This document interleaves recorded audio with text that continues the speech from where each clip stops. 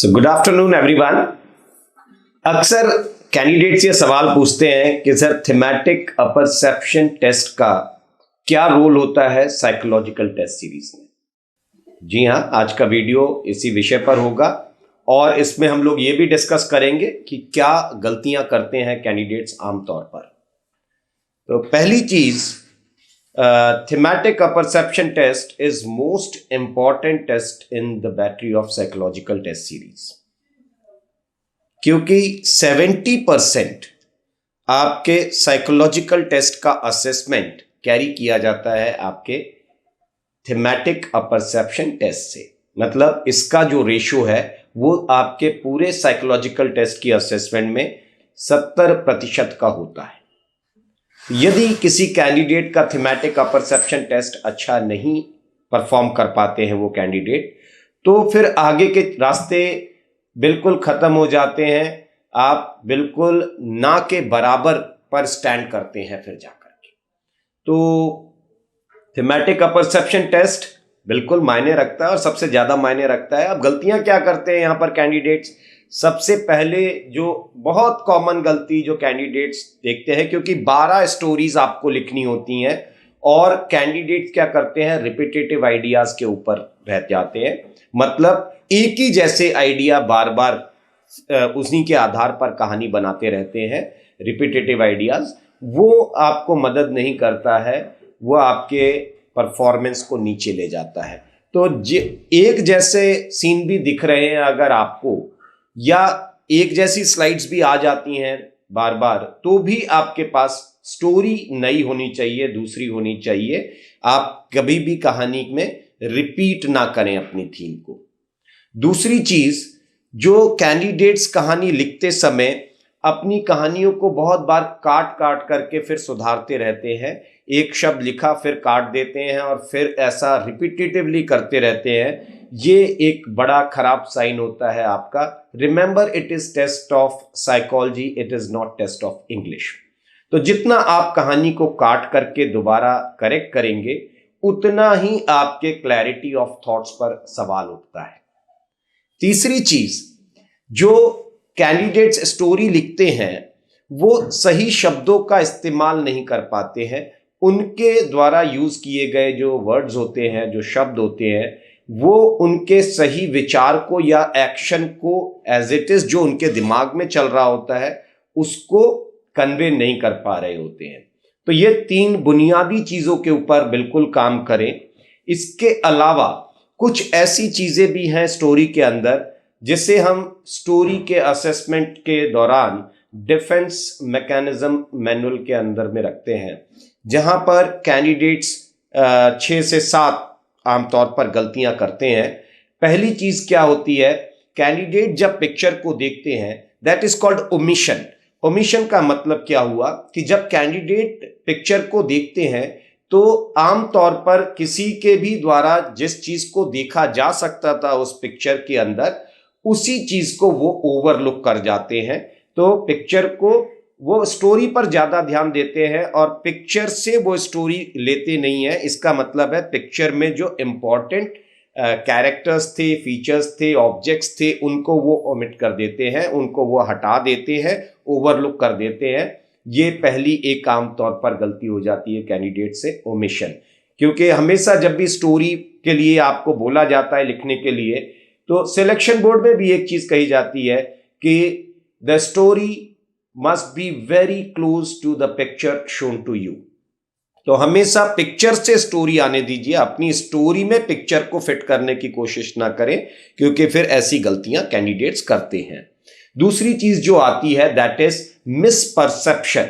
Misperception का मतलब है कि कोई भी ऑब्जेक्ट, कोई भी कैरेक्टर या कोई भी ऐसी चीज जो कि आप ये कह सकते हैं कि डिस्टॉर्टेड परसेप्शन जिसको कहते हैं, या अनयूजुअल परसेप्शन जो हो जाता है कि वो वैसी चीज नहीं दिखाई गई जैसा आपने परसीव कर लिया। मतलब आपने उस चीज को देखा तो है मगर उसको अपने तरीके से देखना शुरू कर दिया, जैसे वो दिखाया गया था उसको एक्सेप्ट करके उसके आधार पर कहानी को फ्रेम नहीं कर रहे हैं।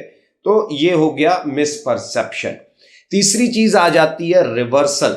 रिवर्सल क्या होता है कि जब कोई कैंडिडेट अपोजिट चीजों को ज्यादा फोकस करते हैं अपनी स्टोरी में, जैसे किसी की वीकनेस को वो स्ट्रेंथ में कन्वर्ट करने की कोशिश करते हैं, किसी के डर को वो करेज में कन्वर्ट करने की जब कोशिश करने लग जाते हैं, तो ये जो चीजें हैं, मतलब यहां भी वही चीज है कि वो चीजों को उल्टे तरीके से देखते हैं, मतलब अपने पिक्चर को एज इट इज एक्सेप्ट करके उसके ऊपर काम नहीं करना चाहते हैं, उसके सॉल्यूशंस नहीं ढूंढना चाहते हैं।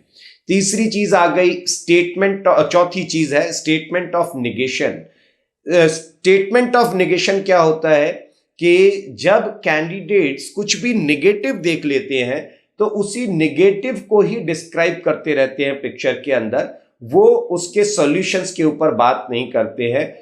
थ्रू आउट देयर स्टोरी वो उसी चीज के नेगेटिव पार्ट को ही पूरी तरीके से एक्सप्लेन करने लग जाते हैं। Next is denial of reality. Denial of reality का मतलब है जो आप वास्तविकता से दूर भाग जाना, मतलब जैसे कहीं पर कोई पिक्चर में दिखाया गया कि झगड़ा हो रहा है, तो कैंडिडेट ने कहा कि ये एक नाटक था, झगड़े के लिए उन्होंने कैंडिडेट्स ने बनाया था अपने एनुअल डे के लिए, या फिर ये एक किसी प्रकार का कोई सपना था, it was just a dream. तो इस प्रकार की जो कहानियां कैंडिडेट्स बनाने की कोशिश करते हैं वो डिनायल ऑफ रियलिटी में चला जाता है।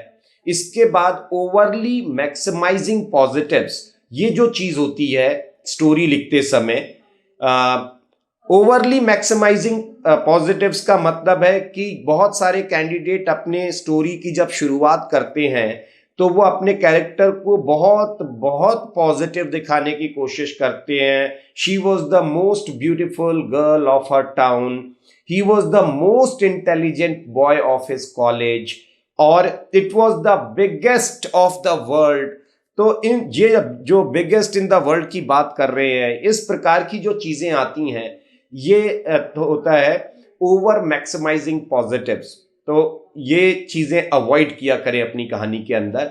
And seventh is unexpected goodness या पॉजिटिवनेस, जो कहानी के अंदर लेकर के आ जाते हैं। अनएक्सपेक्टेड कुछ भी, जैसे कि कोई व्यक्ति कहानी लिख रहा है कि वो कैंडिडेट लगातार फेल होता आ रहा था और मेहनत करके वो लास्ट में फर्स्ट आ गया स्कूल के अंदर, so he always failed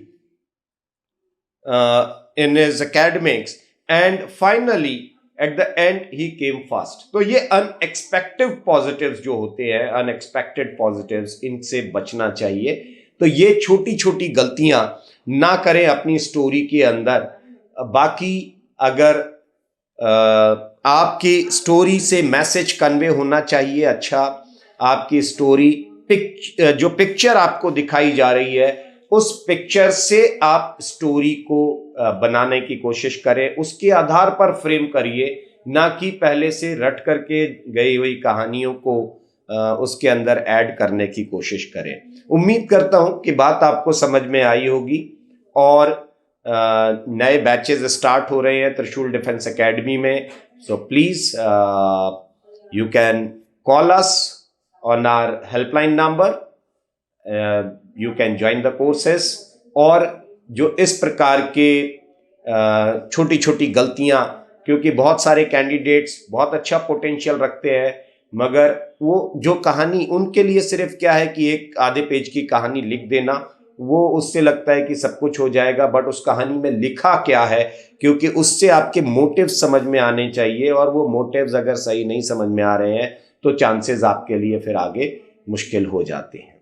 wish you very good luck, stay fit, stay healthy. जहां बनते हैं देश के गौरव, इंडिया का एकमात्र ऐसा कोचिंग इंस्टीट्यूट जहां कैडेट्स को ट्रेन किया जाता है आने वाले डिफेंस एग्जाम के अनुसार। अगर आपका भी सपना है भारतीय सेना में शामिल होकर देश की सेवा करने का, तो आज ही ज्वाइन करें त्रिशूल डिफेंस एकेडमी।